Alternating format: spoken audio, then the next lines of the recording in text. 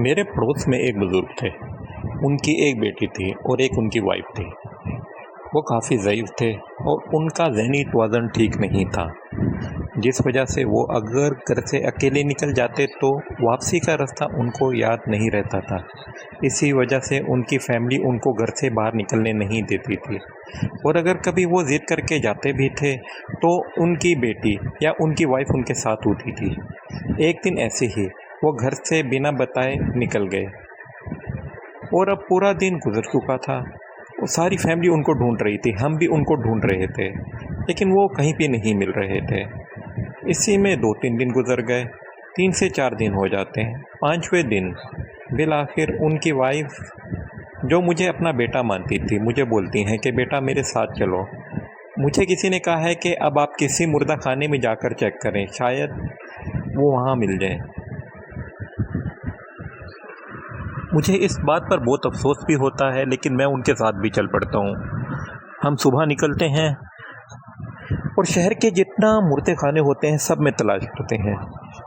Finally शाम के वक्त कोई हमको बताता है कि शहर से बाहर एक पुराना मुर्दा खाना है, वहाँ जाकर चेक कर लो, शायद वहाँ मिल जाए। दोस्तों, हम लोग वहाँ पहुँचते हैं। हमें उस वक्त तक रात हो चुकी होती है। वहाँ बाहर एक गेट कीपर बैठा होता है। हमने उससे बात की, उससे पूछा।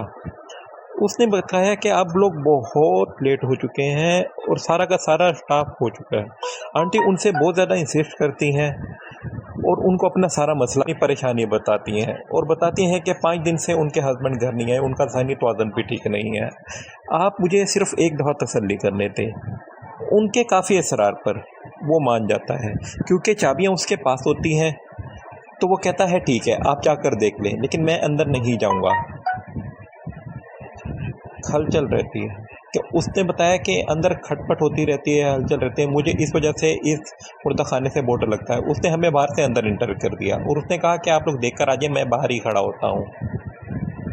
वो जैसे ही ये बात करता है, मुझ पर भी इस बात का खौफ तारी हो जाता है, क्योंकि रात का वक्त होता है और वो बिल्कुल अलग शहर से एक मुर्दा खाना होता है और हम उसके घर के अंदर इंटर हो रहे होते हैं। वो एक पुरानी तर्ज का मुर्दा खाना था। वो एक बहुत पुरानी बिल्डिंग थी। बहुत अंदर जाकर सीधे हाथ की तरफ उस मुर्दा खाना का डोर था। अंदर एक इंतहाई किस्म का चिल्लट चल रहा होता और एक अजीब सी स्मेल आ रही होती है।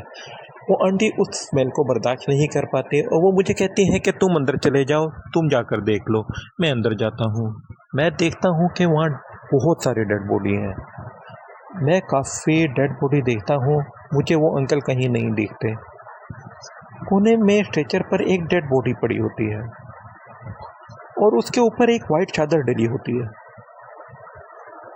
मैं सारी डेड बॉडी देखने के बाद उस डेड बॉडी के पास जाता हूँ और मुझे पता नहीं उस डेड बॉडी से क्यों खौफ आ रहा होता है। मैं उसके करीब जाता हूँ और जैसे ही उसके चेहरे से कपड़ा हटाता हूँ, वो बॉडी एक जली हुई बॉडी होती है। मुझे उसको देखकर बहुत खौफ आता है और मैं बहुत डर जाता हूँ।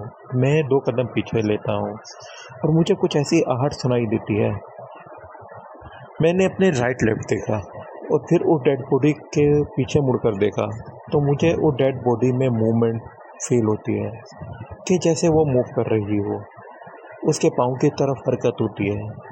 मैं बहुत डर जाता हूँ।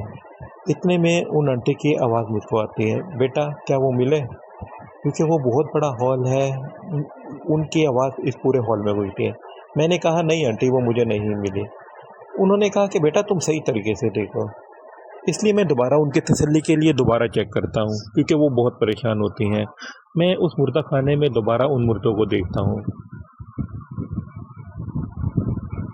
मैं फिर फील करता हूँ कि कॉर्नर वाली डेड बॉडी, वो जो कॉर्नर की डेड बॉडी जो स्ट्रेचर पर पड़ी होती है, उसके पाँव में मूवमेंट होती है। पता नहीं मुझे क्यों लगता है कि ये मूव कर रही है। शायद मेरा वहम था।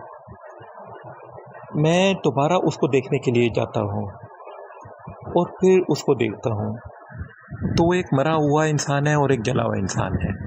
मैं बहुत डर गया था, मैं बहुत खौफ में था। अब मेरा वहाँ खड़े होने का सवाल ही पैदा नहीं होता था। मैं फ़ौरन बाहर आता हूँ, आंटी को बताता हूँ कि मुझे वो नहीं मिले। हम फ़ौरन बाहर निकलते हैं। बाहर गेट कीपर को मैं बताता हूँ। मैंने गेट कीपर को पूरी बात बताई। वो कहता है हाँ, वो डेड बॉडी एक वहाँ पर जली हुई पड़ी है। एक रोड एक्सीडेंट में गाड़ी में आग लग गई थी, वो बॉडी जल गई थी। लेकिन मैंने चूँकि आपको पहले ही बताया था, इस मुर्दा खाने में कुछ मूवमेंट होती है, कोई चीज़ है। तो ये दोस्तों एक वाक़या था जो मेरी ज़िंदगी का इंतहाई खौफनाक वाक़या है। अगर आपको ये वीडियो अच्छी लगी है तो मेरे चैनल को लाइक और सब्सक्राइब कीजिएगा।